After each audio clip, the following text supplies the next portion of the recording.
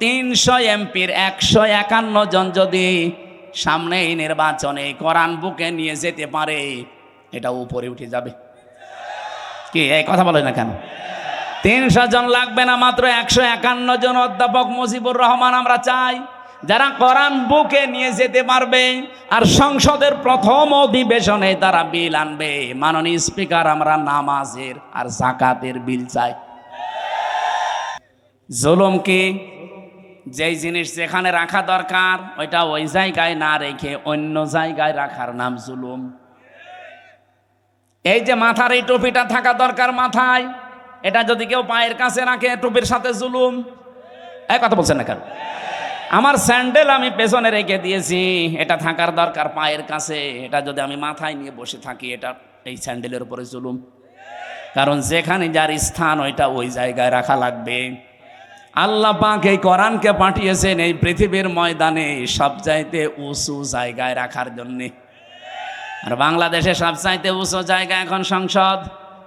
এক কথা বলছেন না? আমরা চাই এই কোরআন সংসদে যাক। অধ্যাপক মুজিবুর রহমানের মতো মাত্র 300 এমপির 151 জন যদি সামনে এই নির্বাচনে কোরআন বুকে নিয়ে যেতে পারে, এটা উপরে উঠে যাবে। কি এই কথা বলে না কেন? 300 জন লাগবে না, মাত্র 151 জন অধ্যাপক মুজিবুর রহমান আমরা চাই, যারা কোরআন বুকে নিয়ে যেতে পারবে আর সংসদের প্রথম অধিবেশনে তারা বিল আনবে। মাননীয় স্পিকার, আমরা নামাজের আর যাকাতের বিল চাই। উনি যখন বলবে হাত তোলেন, 151 জন যদি হাত তুলে ফেলে, ওই দিন নামাজটা কায়েম হয়ে যাবে দেশে, যাকাতটা সরকারিভাবে কায়েম হয়ে যাবে। তখন আর নামাজের ওয়াজ যাকাতের ওয়াজ করা লাগবে না। ভালো কাজগুলো সব আইন পাশের মাধ্যমে চালু হয়ে যাবে, অন্যায় কাজ অবৈধ কাজ সব আইন পাশ করে বন্ধ করে দেওয়া হবে। সূরা হজের এই 40-41 নাম্বার আয়াতে 4টা কর্মসূচি আছে। আমরা চাই মানুষের শান্তি, স্বস্তি, নিরাপত্তা, জুলুম থেকে বাঁচার জন্য এই 4টা কাজ রাষ্ট্রীয়ভাবে জারি হোক। 54 বছরে যারা গেছে জারি করে নাই, এবার যারা যাবে তারা যেন করে, সেই ব্যবস্থা করে দেওয়ার দায়িত্ব ফেরেশতাদের। কাদের? বলেন বলেন। আমি যে আয়াতের শেষ অংশ পড়েছিলাম এই সংক্রান্তই আমি এসেছি এবার জায়গা মতো। আল্লাহ পাক বলেন, কাবুর আলাল মুশরিকিনা মা তাদউহুম ইলাই। আমি ওই কমিশনের এটা বাদ দিয়ে দিলাম। আমি একটা শিক্ষা দিতে চেয়েছিলাম, আমার মনে হয় আপনারা বুঝে ফেলেছেন যে দেহ আমার, সিদ্ধান্ত আমার, এটা আল্লাহর সাথে শিরিক। কারণ দেহ আমার না, সিদ্ধান্ত আমার না। দেহ আল্লাহ বানিয়েছে, সিদ্ধান্তও তার। ওটা সূরা আরাফের 54 নম্বর আয়াতের মাঝের অংশে আছে, আপনি বাড়ি যেয়ে তাফসীরে দেখে নিন। আমার আয়াত হচ্ছে সূরা শোরার 13 নম্বর আয়াতের শেষের অংশ। আমরা যদি সত্যি এই দেশে 151 জনকে সংসদে পাঠাতে চাই যারা বুকে কোরআন নিয়ে প্রবেশ করবে, এই কথা শুনলে সবচাইতে বেশি রাগ করবে মুশরিকরা। এই জন্য কাবুর আলাল মুশরিকিনা মা তাদউহুম ইলাই। হে নবী, আপনি যেদিকে ডাকতেছেন মানুষকে, যান আকিমুদ্দিন, যেটা অধ্যাপক সাহেব পড়ছিলেন, নামাজের মতো, রোজার মতো, যাকাত দেওয়ার মতোই ফরজ হচ্ছে আল্লাহর এই জমিনে আল্লাহর বিধানটা কায়েম করা। এই পৃথিবীতে যত নবী আল্লাহ পাঠিয়েছেন, শুধু 2 জন নবী বাদ দিয়ে প্রত্যেক নবীর উপরে তাদের আসল মিশন আর ভিশন ছিল এইটা, আনাকিমুদ্দিন ওয়ালা তাতাফাররাকু ফি। দিন কায়েম করো, কোনো ফতোয়াবাজি করবা না। এই বাংলাদেশে এরকম একটা পরিবেশ তৈরি হচ্ছে, দল মত জাতি বর্ণ ধর্ম নির্বিশেষে সবাই গোবিন্দ পরামানিকের মতো মানুষ বলছে এই দেশে ইসলাম কায়েম হলে আমরা সবচাইতে নিরাপদে থাকতে পারবো। আর আপনি কি বলছেন? কি সে একটা হিন্দু মানুষ যদি কথা বলতে পারে? সেদিন গাইবান্ধায় হিন্দু এক পুরোহিত, আপনারা দেখেছেন, আমিরে জামাতের আগে বক্তব্য দেওয়ার সময় বলেছে এই দেশে যদি ইসলাম যায় ক্ষমতায়, এদেশের অন্যান্য ধর্মের মানুষেরা সবচাইতে বেশি নিরাপত্তায় থাকতে পারবে। তারা অলরেডি এখন বুঝে ফেলছে। এই জন্য আমাদের জীবনের সব ফরজের বড় ফরজ এইটা হাতে নেওয়া দরকার। দিন যতদিন কায়েম না হবে ততদিন আমাদের স্বস্তি নেই। এটা কারো কাছে যদি রাজনীতি মনে হয়, হ্যাঁ এটাই আমাদের রাজনীতি। এটা যদি কারো কাছে মনে হয় যে এটা ধর্ম ব্যবসা, হ্যাঁ এটাই আমার ধর্ম ব্যবসা। কারো কাছে যদি মনে হয় এটা দুনিয়ার কাজ, হ্যাঁ এটাই আমার দুনিয়ার কাজ, কারণ আমার এই কাজ দিয়ে আমি আখেরাত তৈরি করতে চাই। আমি একা না, আমার চাইতে বড় বড় যারা, আপনি তাকান, শারা লাকুম মিনাদ্দিন মা ওয়াসা বিহি। ওয়াসা মানে কি? শক্তিশালী উপদেশ। আল্লাহ বলেন শারা লাকুম মিনাদ্দিন, আমি নির্ধারিত করে দিয়েছি, নির্দিষ্ট করে দিয়েছি, নির্ধারণ করে দিয়েছি তোমাদের জন্যে আমার দিনকে, মা ওয়াসা বিহি। শুধুমাত্র এতটুকু বলে আল্লাহ শেষ করে দেননি। আল্লাহ বলেন আমি শক্তিশালী উপদেশ দিয়েছি নূহকে, হে নবী আপনাকে দিলাম, যেমন মুসাকে, ঈসাকে, ইব্রাহিমকে একই নির্দেশ দিয়েছিলাম।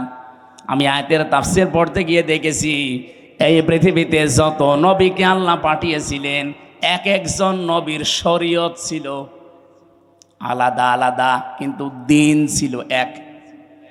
আমার কথা বোঝেন? পৃথিবীর যত নবীকে আল্লাহ পাঠালেন প্রত্যেকটি নবীর দিন ছিল এক, কিন্তু শরীয়ত আলাদা আলাদা। এটা বোঝাতে গিয়ে আমি তাফসীর একটা উদাহরণ পেয়েছি। এই এদিকে তাকান, একজন বাড়িওয়ালা 5 জন কর্মচারী রেখেছে, এক একটা কর্মচারীর কাজ আলাদা আলাদা। মালিক কয়জন? আরো জোরে। কিন্তু কাজ যাদেরকে 5টা কর্মচারী আলাদা আলাদা দিয়েছে, প্রত্যেকটা অর্ডারের উপরে মালিকের যেহেতু হুকুম আছে, প্রত্যেকটা হুকুমের দাম আছে না নেই? তারা তো প্রত্যেকেই মালিকের কর্মচারী, কাজ এক একজনকে এক একটা ভাগ করে দিয়েছে। কেউ বাজার করবে, কেউ বাড়ি ঘর ঝাড়ু দেবে, কেউ দারোয়ানিতে করবে। আল্লাহ পাক বলেন আমি মালিক, আমি দিন একটাই পাঠিয়েছি, কিন্তু এক এক নবীর শরীয়তে, জীবন বিধানের ভেতরে আলাদা আলাদা নিয়ম দিয়েছিলাম। আমাদের নবী মুহাম্মদ রাসূলুল্লাহকে আল্লাহ যে শরীয়ত দিয়েছেন, আদমকে সে শরীয়ত দেয়নি। হযরত ঈসাকে যে শরীয়ত দিয়েছে, মুসাকে সেটা দেয়নি। কিন্তু লক্ষণীয় বিষয় একটা, যত নবী এসেছে দিন সবার কিন্তু এক ছিল, আর সবাইকে আল্লাহ নির্দেশ দিয়েছে আনাকিমুদ্দিন, দিন কায়েম করো।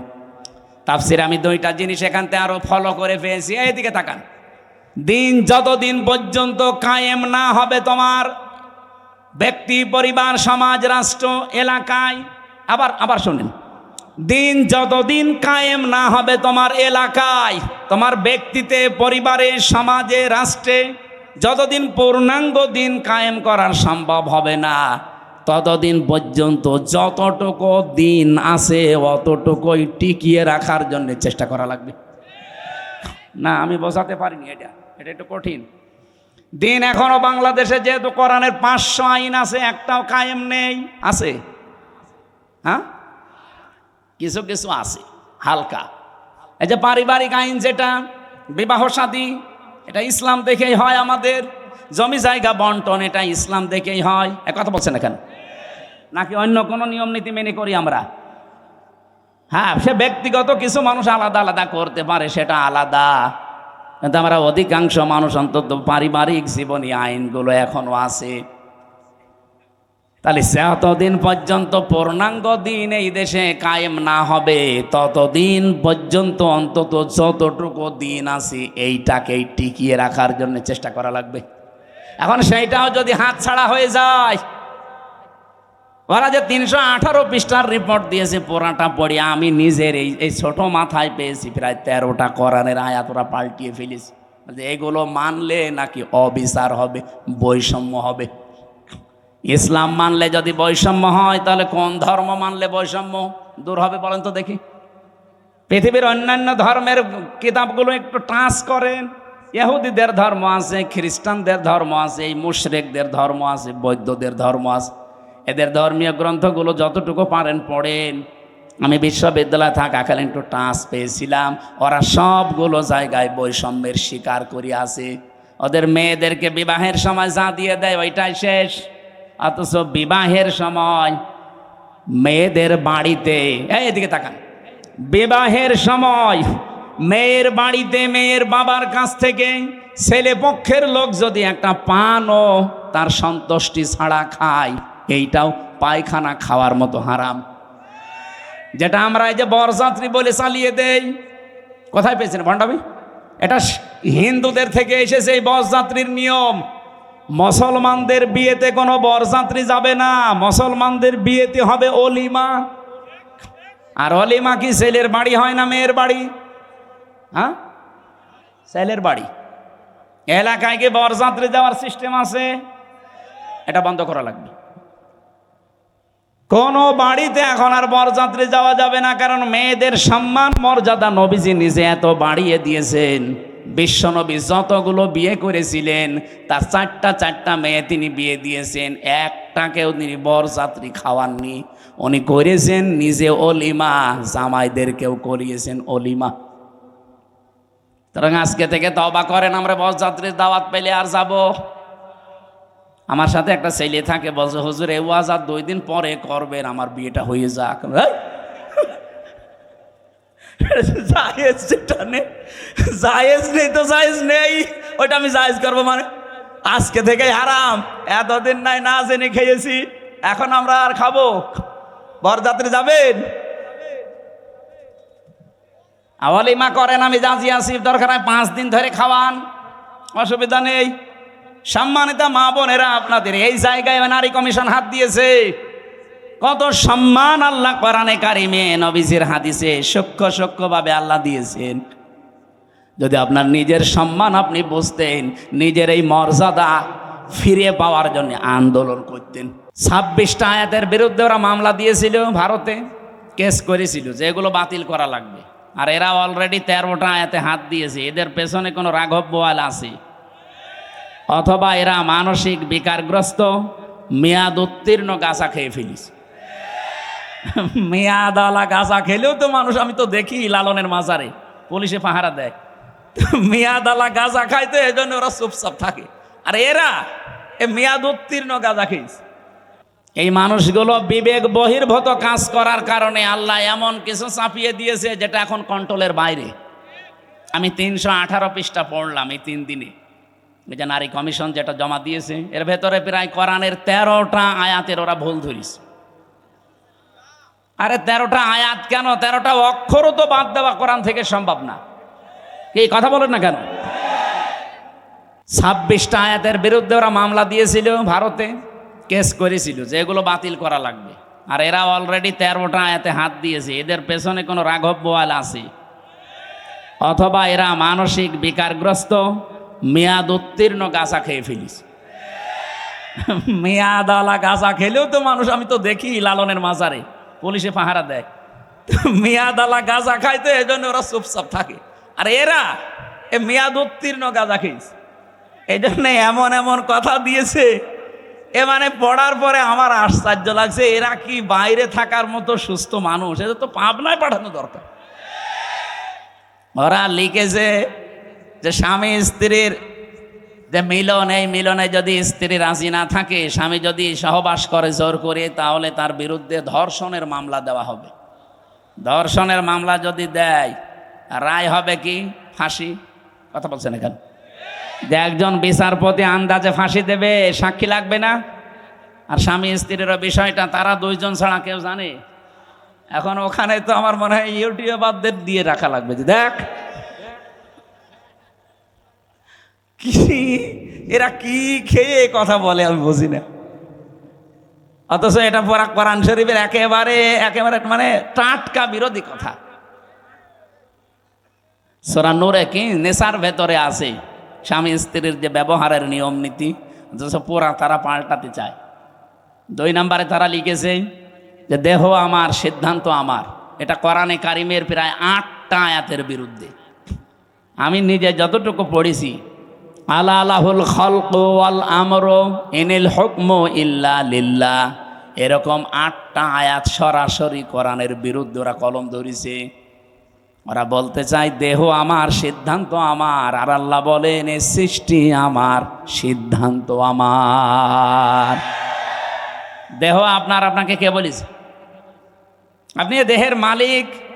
আমি এই যে 33 বছর বয়স আমার, বলেন তো 34 বছর আগে হামজা নামে উল্লেখ করার মতো আমি কিছু ছিলাম না।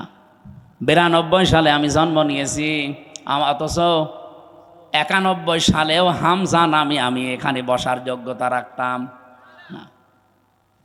আমার মা বাবা দায়িত্ব পালন করেছে, তারা শুধু বিছানায় ছিল, এই বাকি যা করার সব করেছে আমার আল্লাহ। আল্লাহ বলেন, মায়ের রেহেমের ভেতরে বাবার এই বীর্যটা যখন দ্রুত গতিতে এখানে এসে হাজির হয়, কমপক্ষে এটা 40 দিন 40 দিন 40 দিন 40 পাল্টাতে থাকে। 120 দিনে আমি আল্লাহ এইটাকে কমপক্ষে 4-8টা জিনিস বানিয়ে ফেলি। আপনি যদি এখানে কম্পিউটার ভেড়াতেন, স্ক্রিন দিলে আমি একটা একটা করে আপনাকে দেখাতে পারতাম। বাবার এই নাপাক পানিটা দিয়ে আল্লাহ যে 4টা জিনিস বানায়, এটা সূরা তরিকের ভেতরে আছে। ফালিয়ানজুরিল ইনসানু মিম্মা খুলিকা মিম্মা দাফিকি ইয়াখরুজু মিন বাইনিস সুলবি ওয়াত তারাইব। এক একটা শব্দ যদি ভেঙে ভেঙে আপনি অর্থ করেন, দেখবেন সলবন 1 বচন দিয়েছেন, তারাইব দিয়েছেন বহু বচন। আমি এটা বাইবেল, কোরআন এবং সায়েন্স, ডক্টর মরিস বোকাইলের লেখা এ আয়াতের তাফসির পড়তে গিয়ে উনি খুব সুন্দর করে বিজ্ঞানের ব্যাখ্যা দিয়েছেন। পড়ার পরে আমার মনে হচ্ছিল এতদিন আমি যেভাবে পড়েছিলাম, এটা পড়ি কোরআন শরীফ একেবারে হাতে কলমে জিবরাইল আমারে শেখাচ্ছে। বাবার এই নাপাক পানিটা যখন যেতে থাকে, বিজ্ঞান এখন দেখাচ্ছে কম্পিউটার দিয়ে কমপক্ষে 40,000 হামজা তৈরি হওয়ার ক্ষমতা রাখে 1 ফোঁটা বীর্য। মায়ের জরায়ুর যে দেওয়াল আছে, এখানে ধাক্কা লেগে হয়তো অনেকে পড়ে যায়, যেতে পারে না ওই রেহেম পর্যন্ত। হয়তো কারো 1টা যায়, 2টা যায়, 5টা যায়। এই পৃথিবীতে 13টা পর্যন্ত সন্তান জন্ম দিয়েছে এক মহিলা ক্যালিফোর্নিয়ায়। এর উপরে আর কেউ পারে নাই। বলেন তো, 40,000 মানুষ একটা ফোঁটার ভেতরে আমার আল্লাহ লুকিয়ে রেখেছে। যদি মায়ের পেটে জায়গা থাকতো, আমার আল্লাহ 40,000 সন্তানই ওখান থেকে বের করত। আমি ওই দিন থেকে যে প্রতিযোগিতা আরম্ভ করেছি, আমাকে কেউ হারাতে পারে নাই। আমার নিজেরই ভাই বোন কিন্তু 40,000-এর ভেতরে মাত্র আমি হামজা একা বেঁচেছিলাম। বাকি 39,999 জন সব ওই দেওয়ালের সাথে ধাক্কা লেগে মরে গেছে। আল্লাহ পাক ওখানে আমাকে নিয়ে প্রথম 40 দিনে সুম্মা খালাকনান নুতফাতান আলাকাতান ফাখালাকনাল আলাকাতা মুদগাতান ফাখালাকনাল মুদগাতা ইযামা ইলা আখিরি আয়াত। সূরা মুমিনুনের ভেতরে আছে।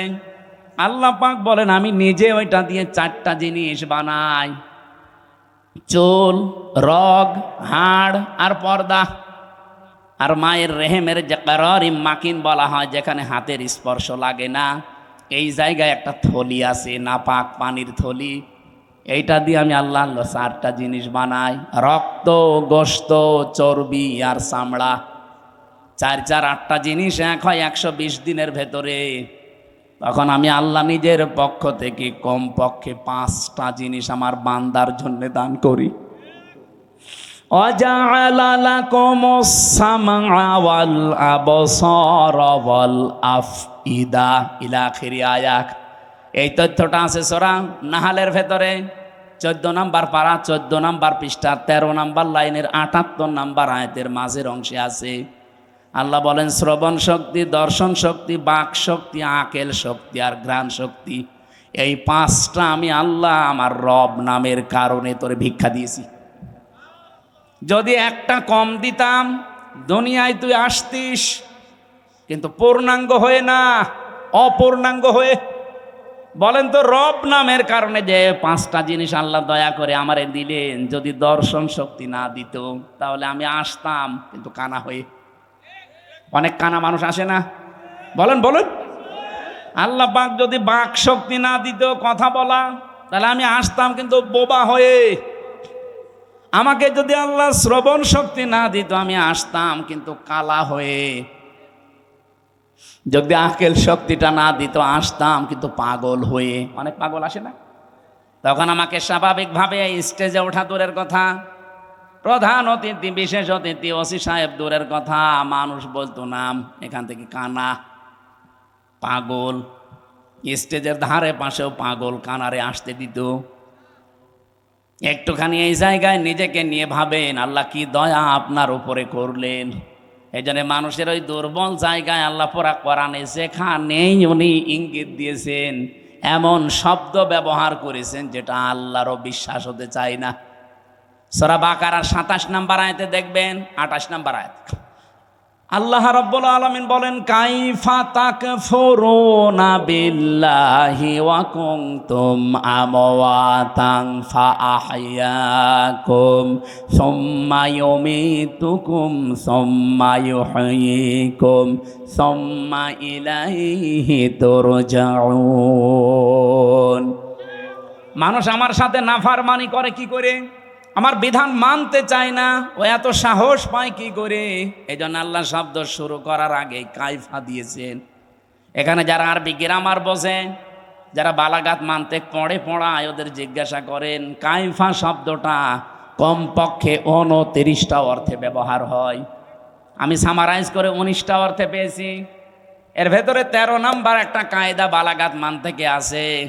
কাইফা শব্দ সেন্টেন্সের আগে ব্যবহার করা হয় এই জন্যে যেটা আল্লাহরও বিশ্বাস হতে চায় না। আল্লাহ বলেন কাইফা তাকফুরুনা বিল্লাহ, মানুষ আমার সাথে নাফরমানি করে, কুফরি করে, আমার বিধান মানতে চায় না। কেমন করে? অথচ মৃত ছিল, ওকে আমি জীবন দিয়েছি। আল্লাহরও বিশ্বাস হচ্ছে না যে লোকটা আমার সাথে কুফরি করতে পারে, এখানে শব্দ দিয়েছেন কাইফা। এজন্য মানুষ আমরা যখন কুফরি করি, আল্লাহর নিয়ামতের শুকরিয়া আদায় না করে নাফরমানি করি, তখন আল্লাহ আশ্চর্য হয়ে থাকে যে কি এও আমার সাথে নাফরমানি করতে পারে, অথচ কি ছিল? মৃত ছিল। বলেন বলেন। ওখান থেকে আমি আল্লাহ ৬ মাসের পরে ওরে জীবন দিলাম। বিজ্ঞান এখন দেখাচ্ছে মানুষের মায়ের পেটে ৬ মাসের আগে পর্যন্ত কিন্তু জীবন দেওয়া হয় না। এর আগে বিভিন্ন স্ট্রাকচার তৈরি করা হয়। ৩৬০টা হাড় দিয়েছেন আল্লাহ, জোড়া দিয়েছেন, ৯৭৬৮ প্রকার চামড়া দিয়েছেন শরীরে। এক এক জায়গার চামড়ার গুণাগুণ এক এক রকম। কমপক্ষে আপনার বিভিন্ন জায়গায় যে চামড়াগুলো আছে, চামড়ার সাথে এমন কিছু সেট করা আছে, এই যে শুধু এই চামড়াটুকুতে ১৫৩টা রগ দেওয়া আছে, রেখা। পৃথিবীর আজ পর্যন্ত কোনো মানুষের এই জায়গাটা একজন আর একজনের সাথে মেলে নাই, কিয়ামতের আগে মিলবেও না। ১৫৩টা রেখা যদি কেটেও যায়, আপনার দেখবেন ঠিক হয়ে যাবে। আমার এই জায়গাটায় ছোটবেলায় একবার কাঁচ ঢুকে নষ্ট হয়ে গিয়েছিল। আমি পরে সাপ নিয়ে দেখেছিলাম যে না, ঠিক হচ্ছে না। কিছুদিন পরে দেখি আগেরটায় আবার ফিরে গেছে। তাহলে এইটা কিয়ামতের আগ পর্যন্ত আমার সাথে এই ১৫৩টা রেখার কারো মিলছে না, মিলবেও না। এর পেছনে একটা শক্তি কাজ করছে, তিনি কে? শুধুমাত্র জহব্বা বানিয়েছেন আল্লাহ। এই যে জহব্বা বলা হয় জিবা, বিজ্ঞান এখন এই জহব্বা নিয়ে গবেষণা করে জানিয়েছে এর ভেতরে কমপক্ষে ২ কোটি আস্বাদন স্তর আছে, স্বাদ নেওয়ার স্তর আছে। এই পৃথিবীতে যত বড় রেস্টুরেন্ট হোক, রেস্তোরাঁ হোক, হোটেল হোক, ২ কোটি খাবার রান্না করার জন্য তার যে রাজ্জাক নামটা আছে, ওই রাজ্জাক নামের কারণে দুনিয়ার কোনো খাবার দিলে তো আপনি হজম করতে পারবেন না, কারণ আপনার দাঁত নেই। আছে? এজন্য মায়ের মাসিক অসুখ বন্ধ করে দিয়ে ওই নাপাক রক্তটা আল্লাহ মুখ দিয়ে দেয় না, নাভির ভেতর দিয়ে পাস করে আমাকে বাঁচিয়ে রাখে। নবীজি বলেন আল্লাহ মুখ দিয়ে না দিয়ে নাভি দিয়ে দিয়েছে কেন জানো? পৃথিবীতে আল্লাহর বান্দারা এসে যেন এই মুখ দিয়ে কোনো নাপাক জিনিস ভেতরে না দেয়। অথচ আমরা আল্লাহর এমন বান্দা যে আল্লাহ মায়ের পেটের ভেতরে মুখটা পবিত্র রেখে দিয়েছে, নাপাক রক্ত মুখ দিয়ে দেয়নি, নাভি দিয়ে দিয়েছে। অথচ এসে এখানে কত মানুষ এই মুখে নাপাক জিনিস দেয়। বলেন তো, সুদের টাকা আর ঘোষের টাকা এটা পাক না নাপাক? এখানে কত মানুষ বসে আছে, টাকা ছেড়ে রাখে আর টাকা আসে। এটা কি বলে না? এটার আর একটা নাম আছে। বলেন তো, এই যে ১০০০ টাকা যারা ছেড়ে দিয়েছেন, মাসে মাসে ১০০ টাকা ২০০ টাকা করে বেশি দেয়, এই কাজে যারা আছেন এই টাকাটা পান, এটা কি নাপাক? নাপাক। যারা এগুলো করছেন তাদের ছেড়ে দেওয়া লাগবে, নয়তো আপনি নবীর হাদিস অনুযায়ী মায়ের সাথে জেনা করছেন। কারা কারা এই কাজে আছেন হাত তোলেন তো। এই এলাকা তো ভালো মনে হচ্ছে, আলহামদুলিল্লাহ। তাহলে তো ওসি সাহেবের কাছে অনেক নালিশ যায় না মনে হয়, এলাকা অনেক ভালো, একটা লোকও নেই। যারা এই যে নাপাক জিনিসগুলোর ভেতরে অন্যতম আর একটা এলাকায় চলে কিনা আমি জানি না, বিড়ি আছে, এটা ছেড়ে দেবে, এটা বদ অভ্যাস। ওটা খেলে মুখ পর্যন্ত আমার মনে হয় গন্ধ হয়ে যায়। যারা খায় তারা তো টের পায় না, যারা পাশে দাঁড়ায় তারা টের পায়। আপনি একটু চিন্তা করেন না, আপনার এই নাভির ভেতর দিয়ে আল্লাহ পাস করে আপনাকে বাঁচিয়েছে, কেন মুখ দিয়ে ওটা দিতে পারতো না? আল্লাহ জানে যে আমার বান্দা এই নাপাক জিনিস আমি মুখ দিয়ে দিলে এ মুখটা নাপাক করে ফেলবে। আমি চাই এটা পবিত্র থাক দুনিয়ায়, যে আমি আল্লাহর পবিত্র নাম যেন উচ্চারণ করে। সুবহানাল্লাহ বলতে পারেন নাই? 6 মাসের পরে যখন রুহু এসে গেছে, খাবারের উদ্রেক দেখা দেয়। আল্লাহ পাক বলেন খাবার তো এভাবে চলতে থাকে, আস্তে আস্তে আমি আল্লাহ নিজে তখন আকৃতি বানাই। ওয়াল্লাযী ইউসাউবিরুকুম ফিল আরহামি কাইফা ইয়াশা ইলা আখিরি আয়াত, সূরা আলে ইমরান 3 নাম্বার পারা, এটা 9 নাম্বার পৃষ্ঠা 6 নাম্বার লাইনের 6 নাম্বার আয়াতের প্রথম অংশে আছে। আল্লাহ বলেন তিনি সে আল্লাহ যিনি মায়ের পেটের ভেতরে তোমাদের আকৃতি তৈরি করেন। তোমার যে আকার আকৃতি এটা পৃথিবীর কেউ বানায়নি, এটা আমার আল্লাহর নিজের সিদ্ধান্তে তৈরি হয়েছে। এই জন্য পৃথিবীর যত সৃষ্টি সবচাইতে সুন্দর সৃষ্টি মানুষ। কথা বলে লাকাদ খালাকনাল ইনসানা ফি আহসানি তাকওয়িম, পৃথিবীতে সবচাইতে সুন্দর করে আল্লাহ বানিয়েছে মানুষের এই চেহারাকে। এত সুন্দর আর পৃথিবীর কোন সৃষ্টির ভেতরে আপনি পাবেন না। কিন্তু এই সুন্দর চেহারার মানুষগুলো যখন নিচে নামতে থাকে, সুম্মা রাদাদনাহু আসফালা সাফিলিন, এরা এত নিচে নামে যে পশু পাখি পর্যন্ত এত নিচে নামে না। এই বাংলাদেশে নিচে নামে নাই। আসিয়ার মতো 7 বছরের মেয়েকেও যারা ধর্ষণ করতে ছাড়ে না, ওরা কি মানুষ না জানোয়ার? জানোয়ার বললেও ভুল হবে, কারণ জানোয়ারও অত নিচে নামে না।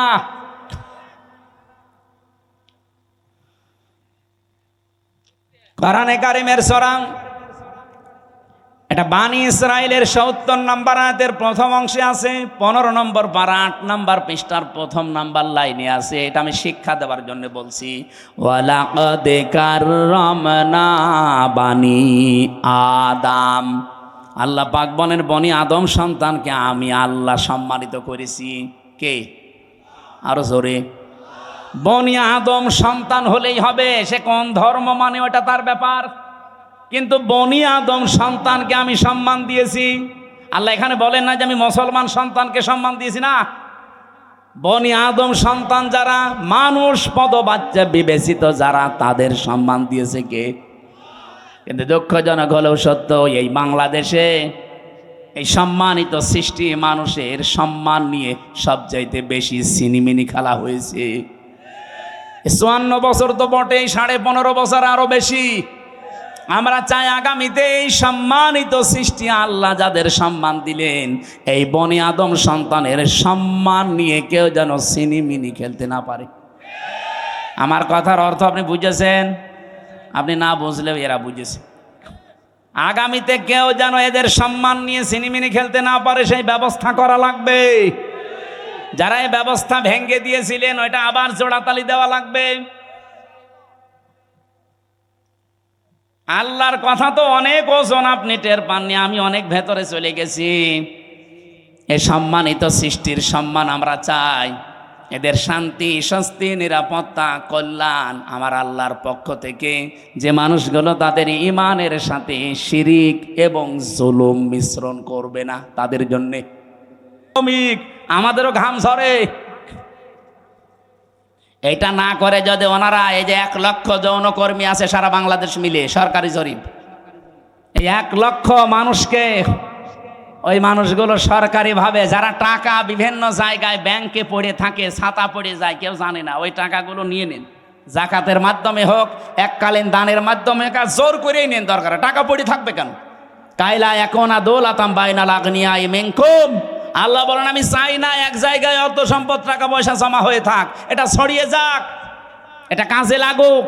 সুতরাং এই টাকাগুলো আমার মনে হয় রাষ্ট্রীয়ভাবে সব আদায় করে 1 লক্ষ মেয়েদের পুনর্বাসন করা দরকার। কে কথা বলেন না কেন? হয় ওদের 2টা করে গরু কিনে দেন, 5টা ছাগল কিনে দেন, অথবা সেলাই মেশিন কিনে দেন, এমব্রয়ডারি করার জায়গা করে দেন। ওরা নিজেরা হালাল কর্মজীবন তৈরি করে সংসার করে দুনিয়ায় সম্মানের সাথে বেশি থাক। খুব বেশি না, মাত্র 1 লাখ আছে সারা বাংলাদেশ মিলে। গোপনে গোপনে যেগুলো আছে ওগুলো বাদ দিলাম। এই কাজ আপনারা কোন নিয়মে লিখলেন? এটা কোরআনের বিরুদ্ধে আছে, এমনকি মানব অধিকারেরও বিরুদ্ধে। যারা এই যে রাজবাড়ি গোয়ালন্দ ঘাটে যারা কাজ করছে, যশোরে কাজ করছে, নারায়ণগঞ্জে কাজ করছে, এই মানুষগুলো যারা যায় এখানে, এরা কি মানে নিয়ম নীতি মেনে যায়? আপনারা ওসব বসবেন না, আপনাদের বলার দরকার নেই। এই কাজগুলো যারা করছেন কিছুদিন পরে দেখবেন এদের HIV এইডস হবে। তা আপনি তো একটা জাতিকে ধ্বংস করার রাস্তায় নামিয়ে দিচ্ছেন। আমি আরো নিচে নামতে পারতাম, নামলাম না। বাস্তবতা এইটাই, মেয়েদের যে সম্মান ওরা আসলে বোঝে না। ওরা নিজেরা তো আমার মনে হয় মেয়ে না। ওদের যে 10 জনের চেহারা দেখলাম টিভির পর্দায়, একটাকেও আমার মেয়ে মনে হয় না। মেয়েদের তো একটা কাটিং কোটিং থাকে, কোন কাটিং এর মেয়ে লোক? এখানে যারা পুরুষ মানুষ আছে আমার মনে হয়, আমি আওয়াজ দিলাম যে পুরুষ যারা পুরুষ প্যান্ডেলে আসেন, মহিলা যারা মহিলা প্যান্ডেলে যান। আর যারা ওই যে বিড়ি খেয়ে বেড়াচ্ছে, ওরা কি? ওরা পুরুষও না মহিলাও না, ওরা কি? হিজড়া। আমার মনে হয় ওই 10 জন যে কমিশনে আছে এগুলো একটা মেয়ে লোকও না, পুরুষও না, ওই হাফ। এই জন্য উল্টা পাল্টা রিপোর্ট দিয়েছে। এদের রিপোর্ট মানা তো দূরের কথা, এ কমিশনই বাংলার মানুষ মানে না। এই কথা বলেন না কেন? ওদের কমিশন যদি মেনে এই বিবেক বহির্ভূত কাজ করা হয়, এমন দাবানল জ্বলবে না। ওরা তো 112টা মেশিন দিয়েও পারছে না, আপনি সারা দুনিয়া এনেও পারবেন না। আমি ইঙ্গিত দিলাম, আশা করি আপনি বুঝেছেন। এরকম কোনো বিবেক বহির্ভূত কাজ এই দেশে আমরা কেউ করব না, সাপোর্টও করব না। তাহলে ভুল সিদ্ধান্ত আল্লাহ নিজে চাপিয়ে দেবেন, তখন কন্ট্রোলের বাইরে চলে যাবে। আল্লাহ আমাদের হেফাজত। আমাদের বাপ দাদা মুসলমান যারা, তারা হাজার হাজার বিঘা জমি জায়গা ওয়াকফ করে দিয়েছিল মসজিদ, মাদ্রাসা, খানকা, গোরস্থান, ঈদগার জন্য। অথচ এখন অবৈধ একটা আইন পাশ করে সব দখল করে নিচ্ছে। আর এমন শয়তানের শয়তান, খালি মাটির নিচে মন্দির পায়। পৃথিবীর মানুষ মাটির নিচে পায় তেল, গ্যাস, সোনা, রূপা, আর ও কি পায়? খালি মন্দির পায়। তাহলে যেখানে সেখানে না, শুধু মসজিদের নিচে মন্দির পায়। এখন যদি বাংলাদেশে আমরা আওয়াজ তুলি যে ঢাকার স্বামীবাগের এই ইসকন মন্দির, এটা 1000 বছর আগে মসজিদ ছিল, এটা ভেঙে ফেলা হবে, মানবেন? আর আমরা করবো না, কারণ আমাদের এই ধর্মে এরকম বাড়াবাড়ি, জোর জবরদস্তি, এ দাঙ্গা, এগুলো আছে। লা ইকরাহা ফিদ্দিন, ধর্মে কোনো বাড়াবাড়ি নেই। যার ধর্ম সে পালন করবে। এই দেশেই তো এই জন্যে পৃথিবীতে আমাদের দেশটা আজ মানে উজ্জ্বল দৃষ্টান্ত হয়ে আছে।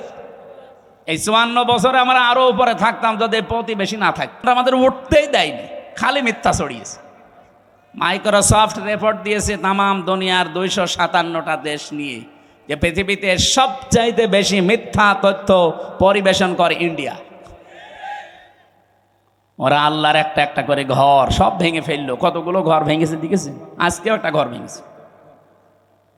আমার মনে হয় আমার নিজের ঘর ভাঙলেও আমাদের মুসলমানের কাছে এত কষ্ট লাগতো না, আল্লাহর ঘর ভাঙলে আমাদের যত কষ্ট লাগছে।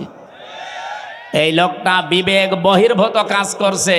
এই জন্য কোরআনের কথা ছিল ওয়াজালুর রিজসা আলাল্লাযিনা লা ইয়াকিলুন, যারা বিবেক বহির্ভূত কাজ করবে তার উপরে ভুল সিদ্ধান্ত চাপিয়ে দেবে কে? এই জন্য আপনারা ওকে থামান, নয়তো টুকরা টুকরা হতে কিন্তু দেরি হবে না। কে কথা বলে না কেন? এই 2টা দেশের কথা বলার পরে আমি একটা কথা বলতে চাই, যেহেতু সামনে এসেছে এই জন্য বলছি। বাংলাদেশে কালকের দিন পর একটা রায় আছে, 2টা বিষয়ের রায় একদিনে হতে পারে। নিবন্ধন এবং একটা মাজলুম মানুষ জনাব এটিএম আজহারুল ইসলাম, আমার মনে হয় যারাই দায়িত্বে আছেন বিবেক বহির্ভূত কোনো কাজ করবেন না। যদি বিবেকের বাইরে যে কোনো কাজ করেন, রাগে হোক আর কারো ইশারায় হোক, ভুল সিদ্ধান্ত কিন্তু আল্লাহ চাপিয়ে দেবে, তখন আর সামাল দিতে পারবেন না। কারণ এদেশের মানুষ অলরেডি তাদের দেওয়ালে পিঠ থেকে গেছে বারবার এই তারিখ পেছাতে পেছাতে। আর মামলার তারিখ পেছালে যে কেমন লাগে, আমি তো এই 3 বছরে টের পেয়েছি। আমার মামলাটা কমপক্ষে 30 বার সিএমএম কোর্ট, জজ কোর্ট, হাইকোর্ট মিলে 30 বার উঠেছে। যেদিন ওঠে মনে করলাম যাক আজকে বের হতে পারবো। ও আল্লাহ, বিকালবেলা সংবাদ আসেছে না, হয়নি, আবার 1-1.5 মাস পেছিয়েছে। এই সময় যে কি কষ্ট লাগে, যারা জেলে থাকে তারা ছাড়া এ ওয়াজ করে বোঝানো যাবে না। অত কয়বার ঘোলারেন লোকটাকে, বারবার ঘোরাচ্ছে। এমনকি 6 তারিখে ডেট দিয়ে এখন আবার ফের 8 তারিখে। আমার মনে হচ্ছে এরা যদি বিবেক বহির্ভূত কাজ এবার করে না, এবার সামাল এরা দিতে পারবে না। আমার কথা আমি সবাইকে জানাচ্ছি, আগামী 8 তারিখে, কালকের দিন পর, আমরা চাই এই মাজলুম মানুষটাকে নিঃশর্তভাবে খালাস করে দেওয়া হোক। এই মাজলুম মানুষটা বেকার 13 বছর জেলে আছে। যে সমস্ত সাক্ষী, এগুলো পৃথিবীর 8ম আশ্চর্য বিষয়। 6.5 কিলোমিটার দূর থেকে নাকি সাক্ষী দিয়েছে, 3 কিলোমিটার, কেউ 2.5 কিলোমিটার। ওর চোখে কি শকুনের চোখ লাগানো ছিল, তাও তো সম্ভব না। এই জন্যে বাঙালিকে আর হাইকোর্ট দেখাবেন না। বিবেক বহির্ভূত কোনো কাজ যেন এদেশে আর না হয়।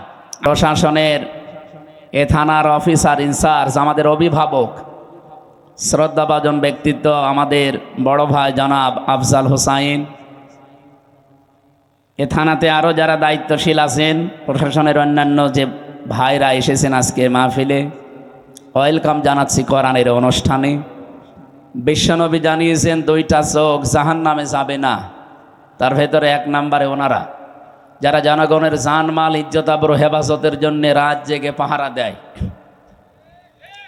ওনারা যদি দায়িত্ব পালন না করে কি অবস্থা দাঁড়ায়, আপনারা আগস্টের 6, 7, 8 তারিখ আমরা টের পেয়েছি, এখনও টের পাচ্ছি। মানে এখনো আমরা স্বস্তিতে, অন্তত পুরা নিরাপত্তায় নেই। কারণ সম্পূর্ণ নিরাপত্তা পাওয়ার জন্য যে কাজগুলো আঞ্জাম দেওয়া দরকার, এখনো সেই কাজ এ দেশে শুরু হয়নি। নিরাপত্তা, স্বস্তি, শান্তি এগুলো দেওয়ার একচ্ছত্র মালিকানা প্রশাসনের। একটু জোরে বলে। আর আল্লাহ দেবে কাদের? আল্লাহ পাক বলেন, আল্লাযীনা আমানু ওয়া লাম ইয়ালবিসু ঈমানাহুম বিযুলমিন উলাইকা লাহুমুল আমন, ইলা আখির আয়াত। সূরা আনআম 7 নম্বর পারা 17 নম্বর পৃষ্ঠার 1ম নম্বর লাইনের 82 নম্বর আয়াতের 1ম অংশে আছে। এটা তাফসিরে ফি জিলালিল কোরআন থেকে বলছি। আল্লামা সাইয়্যিদ কুতুব রহমাতুল্লাহ আলাইহি লিখেছেন, আল্লাযীনা আমানু, যারা ঈমান আনে, ওয়া লাম ইয়ালবিসু ঈমানাহুম বিযুলমিন, এবং তাদের ঈমানের সাথে যারা শিরিক এবং জুলুম মিশ্রণ করে না। এখানে জুলুম মানে শিরিক। তাদের ঈমানের সাথে যারা শিরিক মিশ্রণ করবে না, আল্লাহ পাক উলাইকা মানে আঙ্গুলের এভাবে ইশারা দিয়ে জানিয়েছেন, এরাই, উলাইকা লাহুমুল আমন, আমি আল্লাহর পক্ষ থেকে নিরাপত্তার হকদার। কোরআনে কারিমে সূরা ইউনূসের ভেতরে আমি পড়েছি, সুম্মা নুনাজ্জিল্লাযীনা তাকাও, সুম্মা নুনাজ্জিল্লাযীনা তাকাও ওয়া নাযারুয যালিমিনা ফিহা জিসিয়্যা। সূরা মরিয়মে আছে এটা। কিয়ামতের দিন, যেদিন আল্লাহ পুলসিরাত মানুষকে পার করতে দেবেন, এটা পুলসিরাতের আয়াত। আপনারা অনেকে পুলসিরাত সংক্রান্ত আয়াত খুঁজে পান না, যে পুলসিরাতের আয়াত কোরআনে। সেদিন একজন বলছিল যে না, কোরআনে মনে হয় পুলসিরাতের কোনো আয়াত নেই। সূরা মরিয়ম, এটা 70, 71, 72 এই আয়াতগুলো পড়বেন, দেখবেন পুলসিরাত সংক্রান্ত বিষয় এখানে আলোচনা করা আছে। কিয়ামতের দিন আল্লাহ পুলসিরাতটা বানিয়ে দেবেন জাহান্নামের উপর দিয়ে। মিজানে যখন আপনার সব কিছু শেষ হয়ে যাবে কর্মকাণ্ড, এরপরে আপনাকে জান্নাতে আল্লাহ প্রবেশ করানোর জন্যে এই ব্রিজটা পার হওয়া লাগবে, এই সেতুটা। এটা তো আর যমুনা সেতু পদ্মা সেতুর মতো না, এত বড় লম্বাও হবে না, চুলের মতো চিকন হবে আর হীরার মতো ধার হবে। আর এরকম 6-7 কিলোমিটার 8 কিলোমিটারও না, পৃথিবীতে এত বড় সেতু কোনো জায়গায় নেই। 30,000 বছরের মতো রাস্তা। আল্লাহ তাআলা বলেন ওয়াইম মিনকুম ইল্লা ওয়ারিদুহা কানা আলা রাব্বিকা হাতমাম মাকদিয়্যা সুম্মা নুনাজ্জিল্লাযিনা তাকাও ওয়া নাযারু যালিমিনা ফিহা জিসিয়্যা। অবশ্যই তোমাদেরকে আমি পুলসিরাত পার করাবো। এই পুলসিরাত পার করানোর সময় যাদের ইমানের সাথে জুলুম শিরিক এগুলো মিশ্রণ ঘটে নাই, তাদেরকে আমি বাঁচিয়ে দেব। আর যাদের শিরিকের গন্ধ পাওয়া যাবে, এদের বাঁচানো না, এরা কেটে কেটে জাহান্নামের ভেতরে পড়বে। অকদিমনা ইলা মা আমিলু মিন আমালিন ফাজআলনাহু হাবাআম মানসুরা। এইটা আছে সূরা ফুরকানের 23 নম্বর আয়াতে। কিয়ামতের দিন এই শিরিক মিশ্রিত আমল ওর মুখের উপরে ধূলিকণার মতো নিক্ষেপ করা হবে। বলেন নাউজুবিল্লাহ। এই আয়াত থেকে যেটা প্রমাণ পাওয়া যায়, যদি কেউ আল্লাহর পক্ষ থেকে স্বস্তি নিরাপত্তা পেতে চায়, মাস্ট বি তাকে তার ইমান শিরিক এবং জুলুম মুক্ত করা লাগবে। আমাদের যা ইমান, আমাদের ইমানকে আর শিরিক যুক্ত করার জন্যে বহু কায়দা কৌশল চলছে। আমি সামনে যাব ইনশাল্লাহ। 2 নম্বরে জুলুম, এটা তো আরো মারাত্মক। তাহলে আমার যে কথা ছিল, ওনারা নিরাপত্তা দেওয়ার জন্যে রাত জেগে জেগে পাহারা দিচ্ছে। আমি এখান থেকে কুষ্টিয়া পর্যন্ত যেতে কমপক্ষে 5 থেকে 6 জায়গায় এ ভাইদেরকে পাওয়া যাবে। ওই মানুষগুলো সারা রাত জেগে আছে, পাহারা দিচ্ছে। এই জন্যে যারা জনগণের জানমাল ইজ্জত আবরু হেফাজতের দায়িত্বে আছেন, এই চাকরিটা শুধু চাকরি না, এটা একটা ইবাদত। আর পুলিশের চাকরিতে যেহেতু কোনো ডিউটি নেই, সে 8 ঘন্টা 10 ঘন্টা না, 24 ঘন্টায় ডিউটি। ওনারা যদি টয়লেটে বসে থাকে, যদি ডাক দেয়, আমার মনে হয় ওই অবস্থায় চলে আসা লাগে। কারণ আমার দোলা ভাই পুলিশ, আমার চাচা পুলিশ, বাবাও ছিল এক সময়, এখন আর নেই। এই জন্য আমি ওনাদের কাজ কারবার কাছ থেকে দেখেছি, বহু কষ্ট স্বীকার করা লাগে এই কাজগুলোতে। এই জন্য এই চোখটা যেন আল্লাহ জাহান্নামের আগুনে না জ্বালান, সেরকম কাজকর্ম তাদের জীবনে করার তৌফিক আল্লাহ দান করে। তো পুরাটা জীবনই ওনাদের এবাদত, 24 ঘন্টায় এবাদতের ভেতরে আছে। 2 নম্বরে ওই চোখ জাহান্নামে যাবে না যারা রাতের বেলা নিজের গোনার কথা স্মরণ করে কান্দে। এখানে 2 প্রকার মানুষই আমরা আছি, ওনারাও আছে। এখানে রাত জেগে গোনার কথা স্মরণ করে কন্দন করা মানুষ নেই। সুতরাং আমরা 2 প্রকার চোখই নিয়ে এখানে বসে আছি। এই চোখ দিয়ে আজকে আল্লাহর কোরআনে কারিমের কিছু কথা দেখতে চাই, কান দিয়ে শুনতে চাই। আল্লাহ আমাদের তৌফিক দেন, বলেন আমিন। আমাদের যিনি পালিয়ে গেল, উনি একবার বলেছিলেন যে এই ফসলে বরকত হওয়ার পর বলেছিলেন, মা দুর্গা গজে চড়ে এসেছে, এই জন্য ফসলে বরকত হয়েছে। ফসলে বরকত সৃষ্টি করে কি আল্লাহ না দুর্গা? অন্য হিন্দু যদি বলতো, আমি জীবনে কিছু বলতামই না, সে একটা হাজি মানুষ। এরপর একজন মুসলমান বলেন তো, ওনার মুখে এই কথা মানায়? আল্লাহর যেই গুণ, আপনি সেই গুণটা কার ভেতরে দিয়ে দিচ্ছেন, একটু টের পাচ্ছেন না যে কি বলছেন আপনি? আমি যে কথা তুলেছিলাম ওইদিকে যাবো ইনশাল্লাহ। দল মত জাতি বর্ণ ধর্ম নির্বিশেষে আজকের এই অনুষ্ঠান, এটা কি শুধু মুসলমানদের জন্য সাজিয়েছেন? না, অন্য ধর্মের যদি কেউ এসে থাকেন, নাকি এই থানায় অন্য ধর্মের মানুষ নেই? আছে। অন্য ধর্মের কেউ যদি এসে থাকেন, আপনাকে ওয়েলকাম জানাচ্ছি। আমার যতটুকু বাস্তবতায় আমি দেখেছি, আমার মনে হয় কোনো মানুষ যে ধর্মই মেনে চলুক, ও যদি একটু বিবেকটা কাজে লাগায়, তাহলে পৃথিবীর 4,500 ধর্ম আছে, কোনো ধর্মে তার এই বিবেকে সাই দেবে না যে আমি থাকি। শুধু মান বলবে, টেনে আসবে যে আমি এই পৃথিবীর শান্তির ধর্ম ইসলামে যেতে চাই। কয়েকদিন আগে যশোরে এক কলেজের অধ্যাপক, বিসিএস ক্যাডার, ওনারা বলেছিলাম যে স্যার, আপনাকে মুসলমান হওয়া লাগবে না, আপনি শুধু আমাদের ধর্মীয় গ্রন্থ কোরআন শরীফটা একটু বুঝে বুঝে পড়বেন, আপনি বাংলায় পড়েন, ইংরেজিতে পড়েন, যেভাবেই হোক বুঝে পড়বেন। 3 মাস পরে দেখি আল্লাহর বান্দা মুসলমান হয়ে গেছে। ওনারা জিজ্ঞাসা করলাম, আপনি 3 মাসের সময় নিলেন না হঠাৎ? বলছে, আমি কোরআন শরীফের পুরাটা আমি আনাকম জানাকম পড়ি নাই, বুঝে বুঝে পড়েছিলাম। পুরাটা পড়ার পরে আমার বিবেক আর মানে নাই। আমি দেখলাম যে আমার ধর্মে যেটা 12 মাসে 13 পূজা করি আমরা, আমার দেবতার কোনো অভাব নেই। 33 কোটি দেবতা আমাদের। কত? আপনি যদি ওনারে বলেন যে স্যার একটু নাম বলেন তো কয়টা, আমার মনে হয় 33টার নামও বলতে পারবে না। অথচ এখানে আমরা মক্তবে যারা পড়ে এদেরকে জিজ্ঞাসা করেন আল্লাহর নাম কয়টা, অন্তত 99টা তো বলবেই। বলবে না? আল্লাহর নাম কয়টা? না না, 5,000 উপরে আমরা তাফসিরে পড়েছি। আল্লাহর নাম 5,000-এর উপরে। আমরা 99টা কায়দায় পেয়েছি, তো এটাই বলি।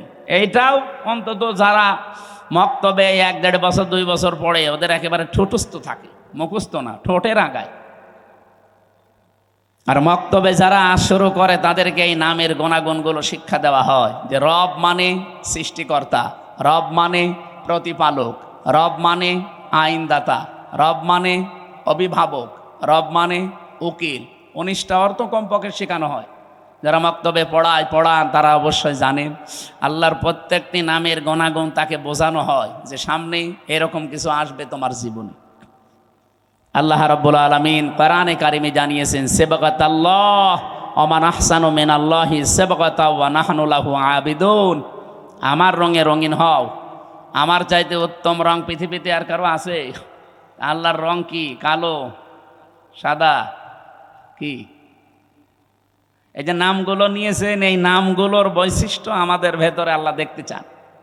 আমার আল্লাহর নাম হচ্ছে খালেক, তিনি সৃষ্টিকর্তা। তিনি কি?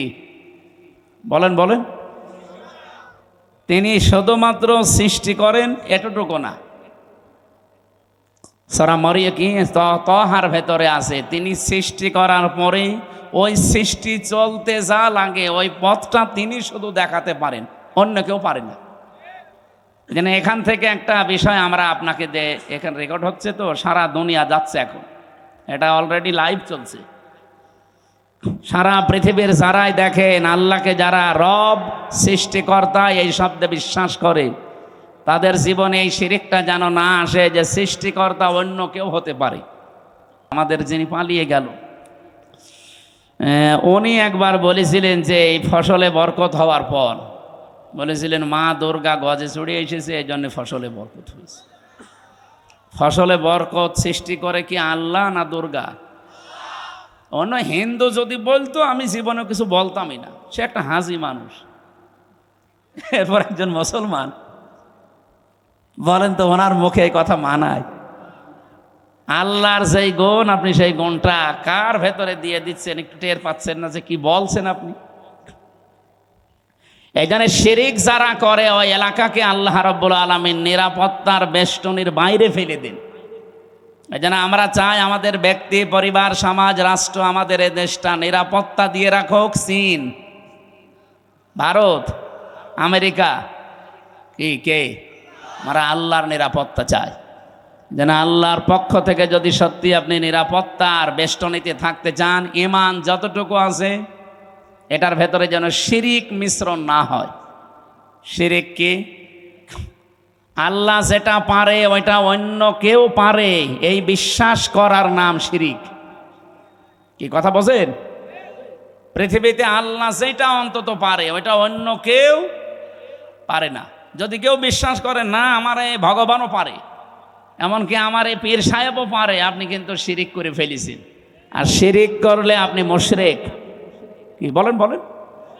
আর মুশরিক হলে তার জন্য আল্লাহর বানানো জান্নাত হারাম, তার বানানো জাহান্নাম ওয়াজিব। আমরা তো জাতিকে বাঁচাতে চাই অন্তত জাহান্নাম থেকে। আর জাহান্নাম যদি নাও পায়, আল্লাহ যেন জান্নাতের একটু বারান্দায়ও জায়গা দেয়। কি কথা বলেন না কেন?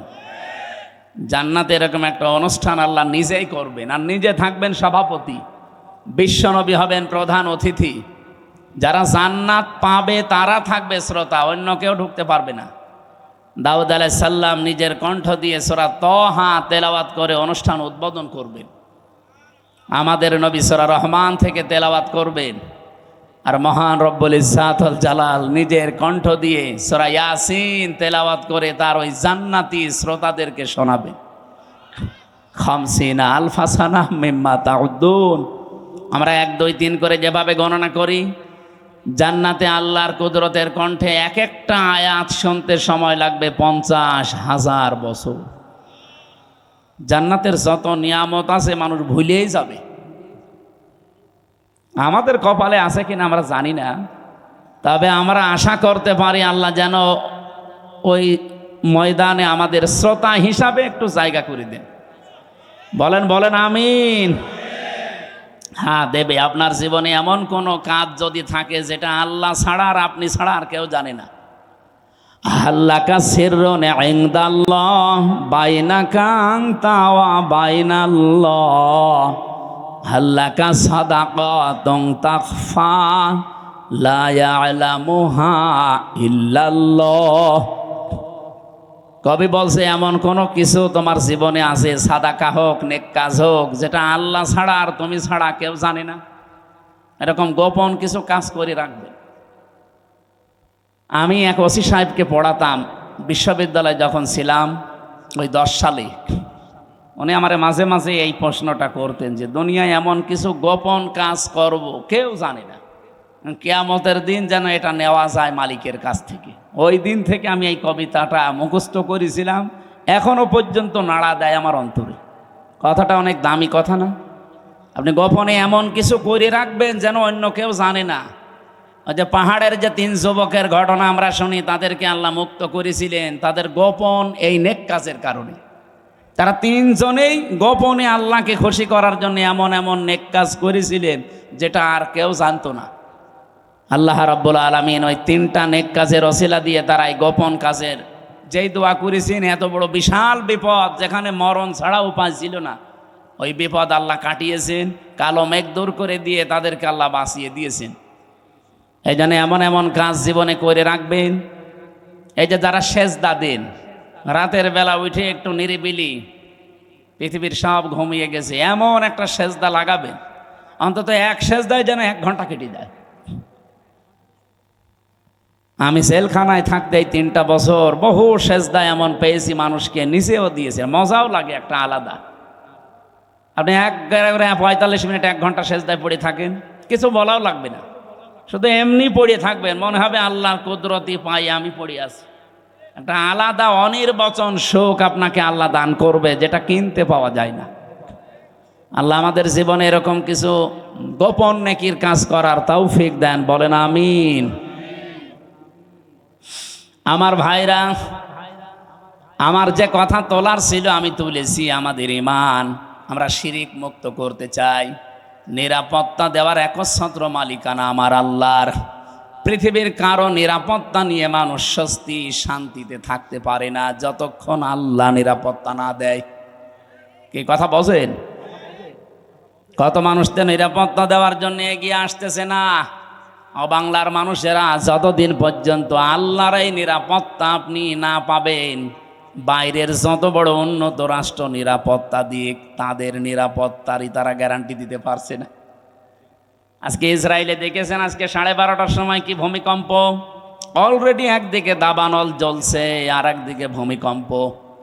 ওদের 112টার উপরে উন্নত মেশিন কাজ করছে, পানি, ঔষধ এবং এই যে স্প্রে দিয়ে আগুন লেভাতে সক্ষম হচ্ছে না। কারণ এই আগুন তো আর হামসা ধরায়নি, আগুন ধরিয়েছে কে?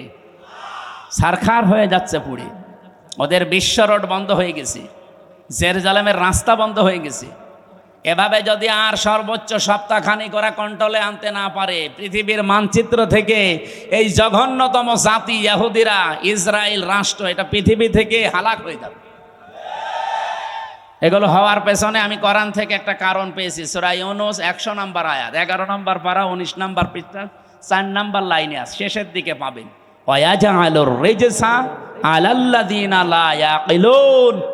কোন মানুষ যদি তার বিবেক অনুযায়ী কাজ না করে, আবার বোঝেন, কোনো মানুষ যদি বিবেক অনুযায়ী কাজ না করে তাহলে তার উপরে আল্লাহ নিজে ভুল সিদ্ধান্ত চাপিয়ে দেয়। ওয়াজালুর রিজসা আলাল্লাযিনা লা ইয়াকিলুন। বিবেক, বুদ্ধি, কমন সেন্স এটা অনুযায়ী যদি কেউ দুনিয়াতে কাজ না করে তার উপরে ভুল সিদ্ধান্ত চাপিয়ে দেয় কে? এই লোকটা বিবেক বহির্ভূত কাজ করেছিল। 1940 সালে ওদেরকে থাকতে দিয়েছিল, আমরা যেমন রোহিঙ্গাদের থাকতে দিয়েছি, মানবতার খাতিরে ওদেরকে থাকতে দিয়েছিল। এই পৃথিবীর নিকৃষ্ট জাতি এখন এই ইহুদিরা, খালি গায় খালি পায়, তামাম দুনিয়ার কেউ নেয়নি। অথচ এই মানুষগুলোকে থাকতে দিয়ে এখন তারা কাল হয়ে দাঁড়িয়েছে। কি কথা বলে না কেন? যারা থাকতে দিল তাদেরকে এখন দেশ থেকে তাড়িয়ে দিচ্ছে। এই সিদ্ধান্তটা তার ভুল ছিল। করুন। তা আমরা বলছিলাম দিন যতটুকু আছে এতটুকু টিকিয়ে রাখা লাগবে। এইটাও একটা আনাকিমুদ্দিন, পূর্ণাঙ্গ যতদিন কায়েম না হয়। যেহেতু এই দেশে এখনো অলিমার সিস্টেম নেই, না আছে আছে কিছু কিছু জায়গায়। স্যার আপনি কি অলিমা করেছেন? এনে একজন করেছে, এ স্যারে অনেক করিনি, অনেক বর যাত্রীর দান্দায় আছে। আমিও তো ওনার মতোই, আমি বেশি মানুষ নেইনি, মাত্র 7-8 জন নিয়েছি। শ্বশুরকে বলেছি দরকার হয় 170 জন খাওয়িয়ে দেবো। এই সময় তো বুঝতাম না। না, আমরা এখন যেহেতু বুঝে ফেলেছি এই সিস্টেম, এখন মেয়ের বাপের ওপরে জুলুম বন্ধ করা লাগবে। এখন থেকে আমার অলিমা শুরু হবে। বরযাত্রী খাওয়া কি জায়েজ নেই। এমন মেয়ের বাবা খাওয়াতে, কেমন মেয়ের বাবা এমন পাগল আছে যে আপনার মতো 500 পাগলকে খাওয়াবে? আমি বারবার এ কথা বলছি কেন, আমার মেয়ে 3টা, আমারে বাঁচা লাগবে না? না, একটু ট্রেনে করলাম, অন্তত যাদের ছেলে আছে তারা এখন বুঝে মরুগা, আমি তো বেঁচে যাব। মেয়ের বাবার অনেক সম্মান। নবীজি বলেন কেউ মেয়ের বাবাকে ছোট চোখে দেখবা না, মেয়ের বাবাকে খারাপ কথাও বলবা না, কারণ আমি নবী মুহাম্মদ রাসূলুল্লাহ নিজে মেয়েদের বাবা। সুবহানাল্লাহ বলতে পারেন না? কোন ঘরে যদি একটা মেয়ে লোক আসে সঙ্গে সঙ্গে 4 জন ফেরেশতা চলে আসে। কোন পরিবারে একটা ছেলে এসেছে সঙ্গে সঙ্গে একটা ফেরেশতা আসবে, এ কথাও নেই। আর 4 জন রহমতের ফেরেশতা এসে মেয়েটার মাথায় হাত বলিয়ে বলে এটা দুর্বল দেহ থেকে এসেছে, এই মেয়েটাকে যারা আদর ভালোবাসা স্নেহ দেবে, দিন শেখাবে, একাজে খাওয়াবে পরাবে, প্রতিপালন করে সৎ পাত্র দেখে পাত্রস্থ করবে, কিয়ামতের দিন আমি নবী আর ওই মেয়ের গার্জিয়ান এইভাবে পাশাপাশি জান্নাতে থাকবে। কোন ছেলের ব্যাপারে এমন কথা হাদিসে আছে? নেই। এই জন্য মেয়ে হলে যারা রাগ করেন, মন খারাপ করেন, করবেন না ভাই। আমি নিজে সহ যাদের মেয়ে আছে আমরা খুশি হব যে আল্লাহ আমাকে দয়া করে জান্নাতের অধিকারী বানিয়েছেন। বলেন সুবহানাল্লাহ।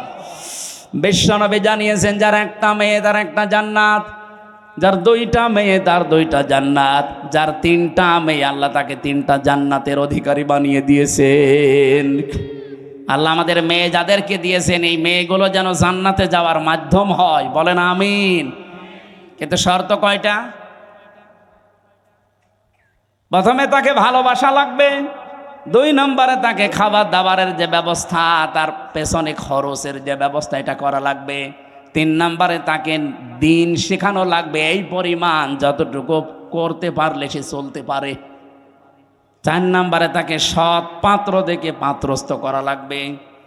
এই 4টা কাজ যদি কোনো মেয়ের গার্জিয়ান, বাবা হোক বড় ভাই হোক, এরা যদি করতে পারে কিয়ামতের দিন নবীজি বলেন আমি নিজে পাশাপাশি তাকে জান্নাতে ডেকে নেব, এবং যেই দিন থেকে মেয়ে ওর বাড়িতে আসবে ওই দিন থেকে কিয়ামত পর্যন্ত আল্লাহর রহমত তার সাথে থাকবে। নবীজি কিন্তু দুনিয়া পর্যন্ত শেষ করেননি যে রহমত শুধু দুনিয়ায় পাবে, ইলা ইয়াউমিল কিয়ামাহ। এই মেয়ে যেই দিন ওর বাড়িতে এসেছে ওই দিন থেকে আল্লাহর রহমতের একটা দৃষ্টি তার উপরে থাকবে, ওই দিন থেকে কিয়ামত পর্যন্ত আল্লাহর দয়া ওই গার্জিয়ানের উপরে থাকবে। আল্লাহ সেই দয়ার ভেতরে আমাদেরকেও শামিল করেন। বলেন আমিন। যে কথা তুলেছিলাম, যেহেতু দিন এখনো পরিপূর্ণ কায়েম নেই, যতটুকু আছে এগুলো টিকিয়ে রাখার জন্য 5 ওয়াক্ত নামাজ কায়েম নেই রাষ্ট্রে। আমরা নিজেরা অন্তত যারা পড়ি না, আরম্ভ করেন ব্যক্তিগত জীবনে পারিবারিক জীবন পর্যন্ত একটু ঠিক করেন। ওয়ামুর আহলাকা বিসসালাতি ওয়াসতাবির আলাইহা লা নাসআলুকা রিজকা নাহনু নারযুকুকা ওয়াল আকিবাতু লিত্তাকওয়া। সূরা তাহার 132 নম্বর আয়াতে আছে, হে নবী নিজে নামাজ পড়েন, যেহেতু এখনো কায়েম করতে পারেননি নিজে নামাজ পড়েন, পরিবারস্থ লোক যারা আছে তাদেরকেও নামাজের তাকিদ দেন। আমি আল্লাহ আপনার কাছে রিজিক চাই না, বরং আমি আল্লাহ আপনাকে রিজিক দেই, আর শুভ পরিণাম অপেক্ষা করছে আমার মুত্তাকি বান্দাদের জন্যে। এজন্য দিন যেহেতু এখন আমরা কায়েম করতে পারি নাই বা পূর্ণাঙ্গভাবে, যতটুকু আছে এতটুকু টিকিয়ে রাখার চেষ্টা করা ফরজ। আর এই কথাগুলো বললে সব চাইতে মন খারাপ হবে, খারাপ লাগবে যারা শিরিক করে বেড়ায়, যাদের ইমানের ভেতরে শিরিক আছে, যারা মুশরিক তারা। আল্লাহ পাক বলেন, আল্লাহু ইয়াজতাবি ইলাইহি মাইয়াশা।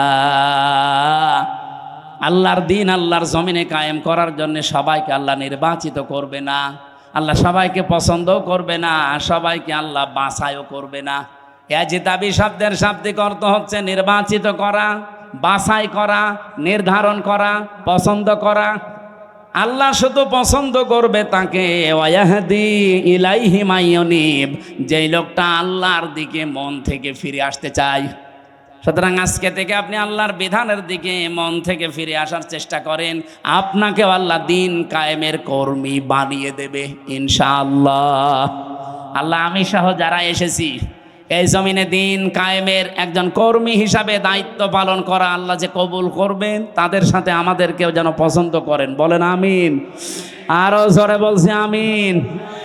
মেয়েরা যারা এসেছেন, সম্মানিত মা বোনেরা, জেলে থাকা অবস্থায় আমি কয়েকটা বই লিখেছিলাম মেয়েদের ওপরে, তার ভেতরে একটা আছে এই যে এটা, দাম্পত্য জীবনের সমস্যা এবং তার সমাধান কি হবে। কারণ এই 3 বছরে আমি একটা জিনিস পেয়েছি, 100 জনের প্রায় 70 জন জেল খাটতেছে তার বর কারণে। হয় যৌতুকের মামলা, অথবা এই যে নারী নির্যাতনের মামলা, যে কোনো, আমার মনে হয় সাদদের কাছে এরকম মামলায় বেশি যায়, হয় জমি জায়গা নাই মেয়ে লোক। এনে এই বইটা নিজের বউকে পড়াবেন, মেয়েকে পড়াবেন, 120 পৃষ্ঠা আছে, দাম্পত্য জীবনের কলহ এবং তার সমাধান এই বইটার ভেতরে পাবেন। আর একটা আছে শুধুমাত্র পুরুষের জন্য, পুরুষ মানুষ সংসারে কি কি কাজ করবে দাম্পত্য জীবনে, এটাও একটু নিয়েছেন যদি থাকে। আর একটা আদর্শ নারী আছে, মেয়েদের আদর্শ কোন কোন মহিলা হবে, এই যে যারা কমিশন বানিয়েছে এরা আপনার আদর্শ না, কারা হবে এর ভেতরে 6 জনের জীবনী দেওয়া আছে। আর এটা সৃষ্টি জগৎ নিয়ে লেখা, আমি যেভাবে তথ্য দিচ্ছিলাম এখান থেকে দিয়েছি। এটা শুধু শিক্ষিত মানুষদের জন্যে, গাড়িতে পাওয়া যাবে, যাওয়ার সময় নিয়েছেন, স্যারকে দিয়ে দিন। আমি আমি আমি আজকের মতো আর পারছি না, আজকের মতো শেষ করে দিলাম। আল্লাহুম্মা আমিন। লা ইলাহা ইল্লা আনতা সুবহানাকা ইন্নী কুনতু মিনাজ জালিমিন। লা হাওলা ওয়ালা কুওয়াতা ইল্লা বিল্লাহিল আলিয়্যিল আযীম। রব্বুল আলামিন, রাত 11:30 বাজতেছে, গভীর রজনী, সামনে আমাদের তাহাজ্জুদের নামাজ, ফজরের নামাজ, সকালে কর্মজীবন আছে, এই জন্য আমরা শেষ করে দিয়েছি।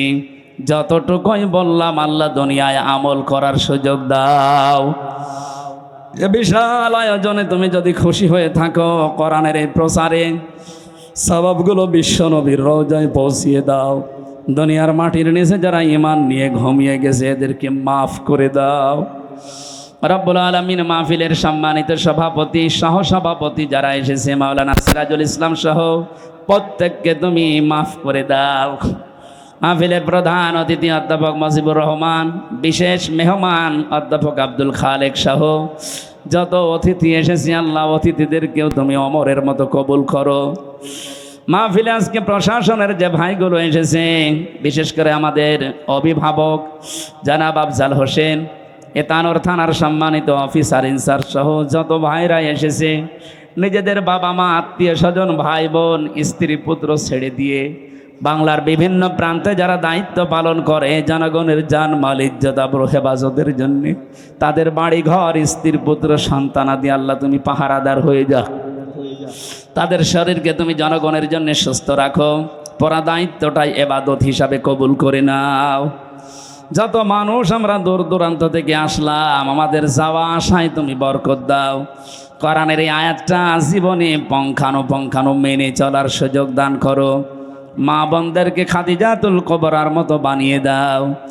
এ মাহফিলে বরণ্যের সদস্য যারা কাজ করেছে এদেরকে যে মা পেটে নিয়েছে মায়ের পেট খাদিজার মতো বানিয়ে দাও। এলাকায় মাটির নিচে যারা এই ঘুমিয়ে আছে কোরআনের ইজ্জতে মাফ করে দাও।